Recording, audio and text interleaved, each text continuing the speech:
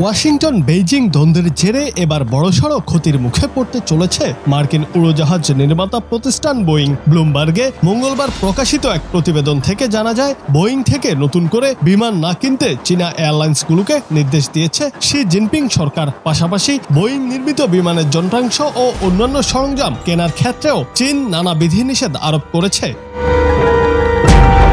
বেইজিংয়ের নতুন সিদ্ধান্তের কারণে কার্যত চীন থেকে ব্যবসা গোটাতে হবে মার্কিন বিমান নির্মাতা প্রতিষ্ঠান বোয়িংকে। জিনপিং সরকারের এই পদক্ষেপে প্রতিদ্বন্দ্বী এয়ারবাস এবং commercial aircraft corporation of China লাভবান হবে বলে মনে করছেন অনেকে।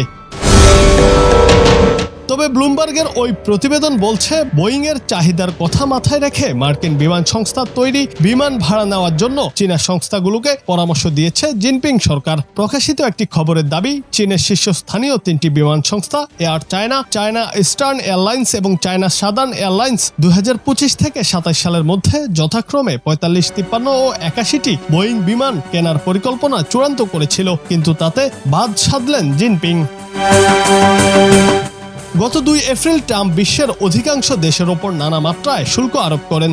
এরপর আমেরিকার প্রযুক্তি কোম্পানিগুলোর মধ্যে আমদানি করা পণ্যের দাম কয়েক গুণ বেড়ে যাওয়ার আশঙ্কা দেখা দেয়। এসব প্রতিষ্ঠানের অনেকগুলোই চীনে নিজেদের পণ্য তৈরি করে।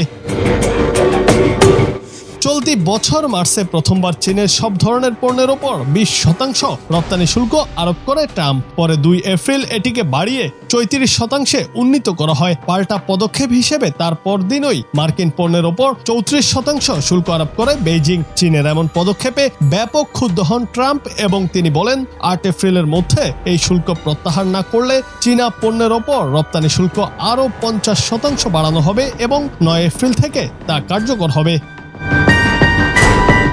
এমন পরিস্থিতিতে মার্কিন পণ্যের ওপর শুল্ক বাড়িয়ে 84% উন্নীত করে চীন। বেইজিংয়ের এই পদক্ষেপের পর বুধ ও বৃহস্পতিবার 2 দফায় চীনের ওপর ধার্যকৃত শুল্ক বৃদ্ধি করে 145% করেন ট্রাম্প। এর পরিপ্রেক্ষিতে চীনও মার্কিন পণ্যের ওপর পাল্টা 125% শুল্ক আরোপ করেছে। সম্প্রতি বাণিজ্য যুদ্ধের মধ্যেই আমেরিকা চুম্বক ও বিরল খনিজ রপ্তানি বন্ধের ঘোষণা দিয়েছে চীন। বিভিন্ন চীনা বন্দরে চুম্বকের চালান পাঠানো বন্ধ করেছে শি জিনপিং প্রশাসন। চীনের নতুন পদক্ষেপে বড় ক্ষতির মুখে পড়তে যাচ্ছে আমেরিকা, কারণ এসব খনিজ ও চুম্বক বৈদ্যুতিক গাড়ি, সেমিকন্ডাক্টর ও সামরিক সরঞ্জাম তৈরিতে ব্যবহৃত হয়। বিশ্লেষকরা মনে করছেন, যুক্তরাষ্ট্রকে জব্দ করার ক্ষমতা রাখে চীন। চীন সহ বিভিন্ন দেশের ওপর ট্রাম্পের শুল্ক আরোপের পর চীনের একের পর এক পদক্ষেপই তার প্রমাণ। জুনায়েদ আহমেদ, বাংলা টিভি।